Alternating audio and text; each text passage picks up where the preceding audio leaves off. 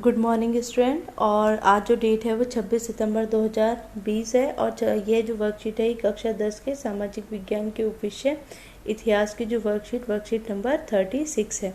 देखिए, हम यूरोप के राष्ट्रवाद के उदय की जो थी चर्चा कर रहे थे। हमने लास्ट वीडियो में पढ़ा था और उससे पहले भी काफ़ी वर्कशीटें हम कंप्लीट कर चुके हैं यूरोप में राष्ट्रवाद के उदय से संबंधित।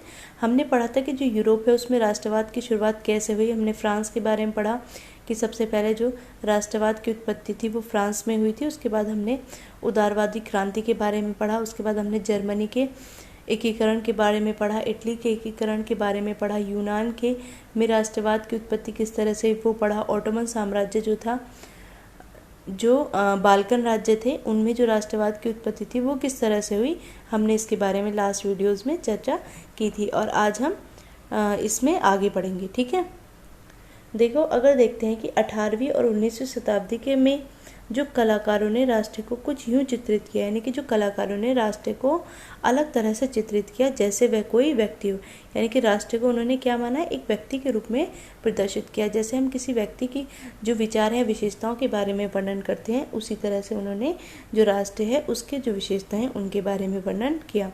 राष्ट्र को क्या बताया उन्होंने, एक नारी भेष में प्रस्तुत किया, यानी कि जो राष्ट्र है वो एक नारी के रूप में प्रदर्शित किया। ठीक है, राष्ट्र को व्यक्ति का जामा पहनाते हुए जिस नारी के रूप को चुना गया वह असल जीवन में कोई खास महिला नहीं थी, यानी कि किसी कोई अस्तित्व में नहीं थी वो महिला, बल्कि सिर्फ एक नारी का रूप दे दिया गया था एक राष्ट्र को। ठीक है, यह तो राष्ट्र को अमूर्त विचार को ठोस रूप प्रदान करने का प्रयास किया गया था। यानी कि राष्ट्र को क्या किया गया, जो अमूर्त रूप, यानी कि जिसका कोई भौतिक अस्तित्व नहीं होता उसे कहा जाता है अमूर्त विचार। ठीक है, अमूर्त रूप प्रदान किया गया, यानी कि कोई अस्तित्व नहीं था, बस काल्पनिक रूप से जो राष्ट्र था उसे एक नारी की संज्ञा दे दी गई थी। ठीक है, यानी नारी की छवि राष्ट्र रूपक बन गई।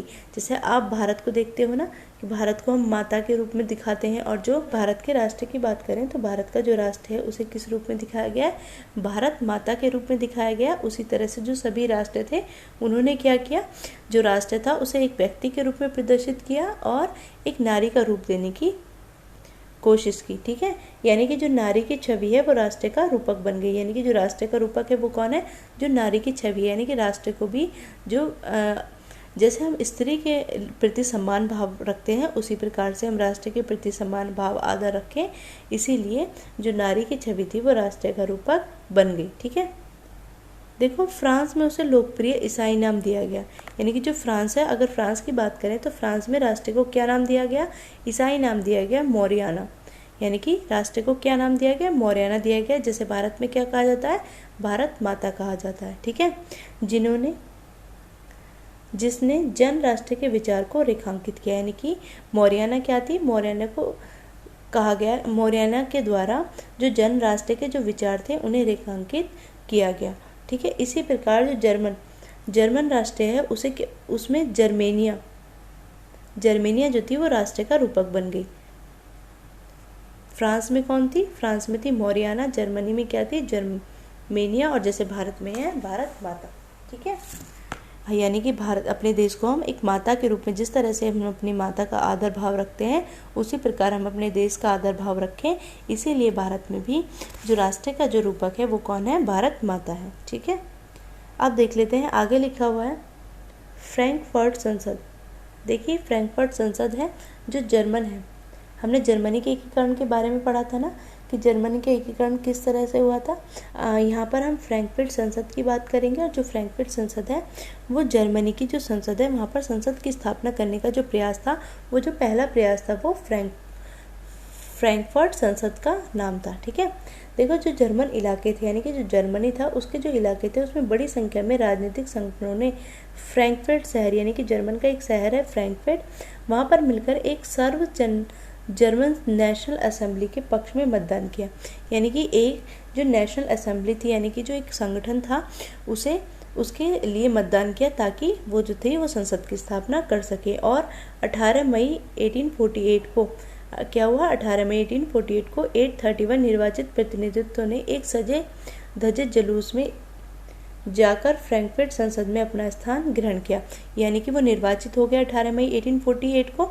ये 31 जो थे वो निर्वाचित प्रतिनिधित्व थे जिन्हें जनता द्वारा चुना गया था, और ये कहाँ से चुने गए थे? जर्मन नेशनल असेंबली से चुने गए थे, मतदान के द्वारा जनता ने इन्हें चुना था। और क्या हुआ फिर ये जो फ्रैंकफर्ट संसद है उसमें इन्होंने अपना स्थान ग्रहण किया। फ्रैंकफर्ट जो है वो एक जर्मनी शहर है, ठीक है। यह संसद सेंट पॉल चर्च में आयोजित की गई थी, यानी कि जो ये संसद थी जो फ्रैंकफर्ट शहर था उसमें जो सेंट पॉल चर्च था वहाँ पर ये जो संसद थी उसका आयोजन किया गया था। उन्होंने एक जर्मन राष्ट्र के लिए एक संविधान का प्रारूप तैयार किया। जो जर्मन राष्ट्र था उसके लिए क्या था? एक संविधान बनाने का प्रयास किया, उसका एक प्रारूप तैयार किया, ठीक है। अब क्या था कि इस राष्ट्र की जो अध्यक्षता थी वो एक ऐसे राजा को सौंप दी गई, यानी कि जो राष्ट्र थी, संसद तो बन गई लेकिन जो ये राष्ट्र था उसकी एक अध्यक्षता के लिए जो एक ऐसे राजा को सौंप दी गई जिसे संसद के अधीन रहना था, यानी कि राजा भी रहेगा, संसद भी रहेगी, लेकिन जो राजा है, अभी तक तो यहाँ पर राजा का शासन था, लेकिन अब क्या किया गया कि जो संसद थी उसकी शक्तियाँ बढ़ा दी गई और जो राजा था उसकी शक्तियाँ कम कर दी गई। राजा को क्या था? संसद के अधीन रहकर काम करना था, ठीक है। जब प्रतिनिधित्व ने पर्शिया के राजा फ्रेडरिक विलियम चतुर्थ को ताज पहनाने की पेशकश की तो उन्होंने उसे अस्वीकार कर राजाओं के साथ दिया। यानी कि देखो, मैंने बताया था ना कि जर्मन के दो भाग थे, एक था पर्शिया, एक था ऑस्ट्रिया। तो जो पर्शिया था वो बहुत ज़्यादा शक्तिशाली था और लास्ट में जो जीत हुई थी वो पर्शिया की हुई थी। तो जो पर्शिया के राजा थे फ्रेडरिक विलियम चतुर्थ ने ताज पहनाने की पेशकश की गई तो उन्होंने इसे अस्वीकार कर दिया, उन राजाओं का साथ दिया जो निर्वाचित सभा के विरोधी थे। यानी कि राजा जो थे वो ये जो निर्वाचित सभा थी इसका पूरी तरह से विरोध कर रहे थे। क्यों? क्योंकि इसके कारण ही क्या हुआ रहा था कि जो राजा की शक्ति थी उनको कम किया जा रहा था, इसलिए इसका जो लगातार राजाओं द्वारा विरोध किया जा रहा था। और क्या हुआ, जो फ्रेडरिक विलियम चतुर्थ थे उन्होंने ताज पहनने से मना कर दिया, ठीक है। देखो, जहाँ कुलीन वर्ग और सेना का विरोध बढ़ गया, ठीक है, यानी कि जो कुलीन वर्ग थे और सेना थी उसका भी विरोध बढ़ गया, वहीं संसद का सामाजिक आधार कमजोर होने लगा।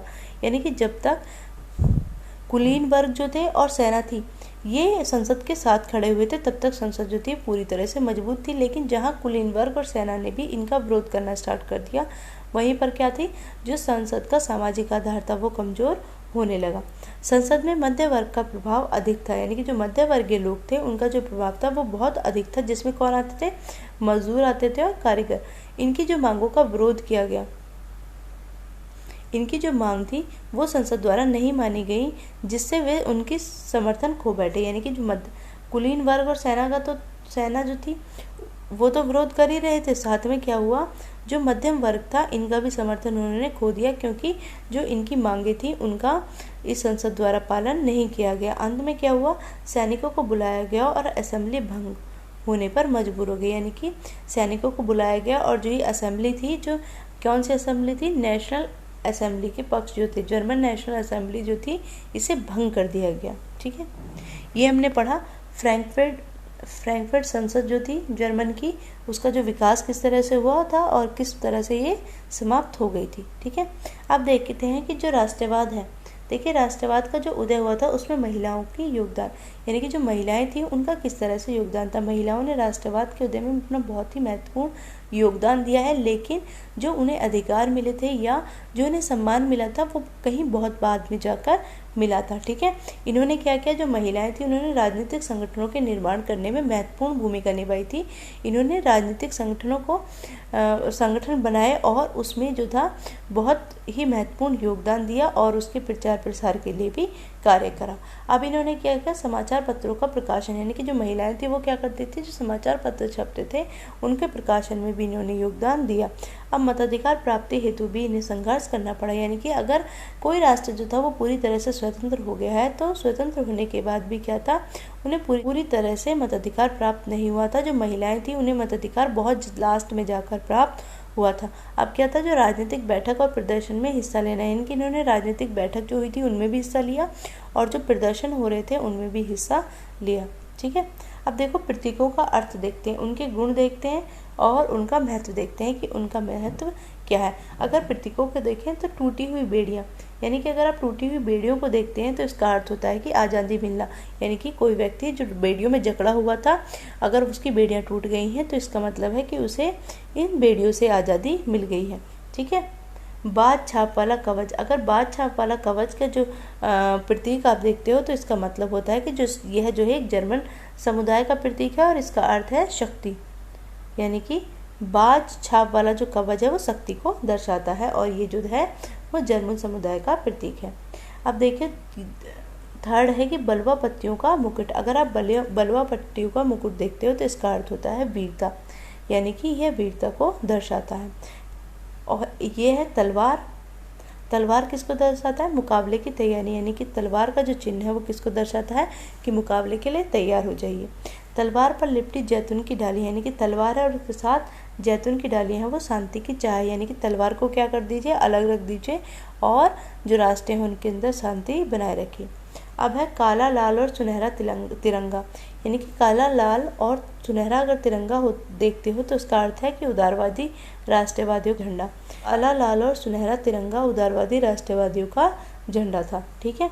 उगते हुए सूरज की किरण, अगर उगते हुए सूरज की किरण का प्रतीक है तो वो एक नए युग की शुरुआत को दर्शाता है, यानी कि जो उगते हुए सूर्य की किरणें हैं वो क्या करती हैं, एक नई रोशनी लेकर हमारे जीवन में आती है। ठीक है। इसमें 4 प्रश्न दिए गए हैं। अगर हम पहले प्रश्न की चर्चा करते हैं तो पहला प्रश्न है कि राष्ट्रवाद के उदय में दृश्य रूपकों के योगदान पर चर्चा कीजिए।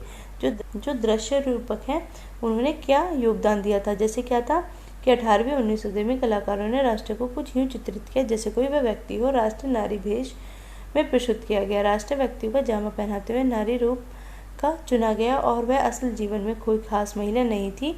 यह क्या थी, जो अमूर्त विचार थे उन्हें ठोस रूप प्रदान करने का प्रयास किया गया था, यानी नारी की छवि राष्ट्र का रूपक बन गई थी। फ्रांस में उन्हें लोकप्रिय ईसाई नाम मारियाना दिया गया जिससे जन राष्ट्र के विचार को रेखांकित किया गया। इसी प्रकार जर्मनी जर्मन राष्ट्र का रूपक बन गई।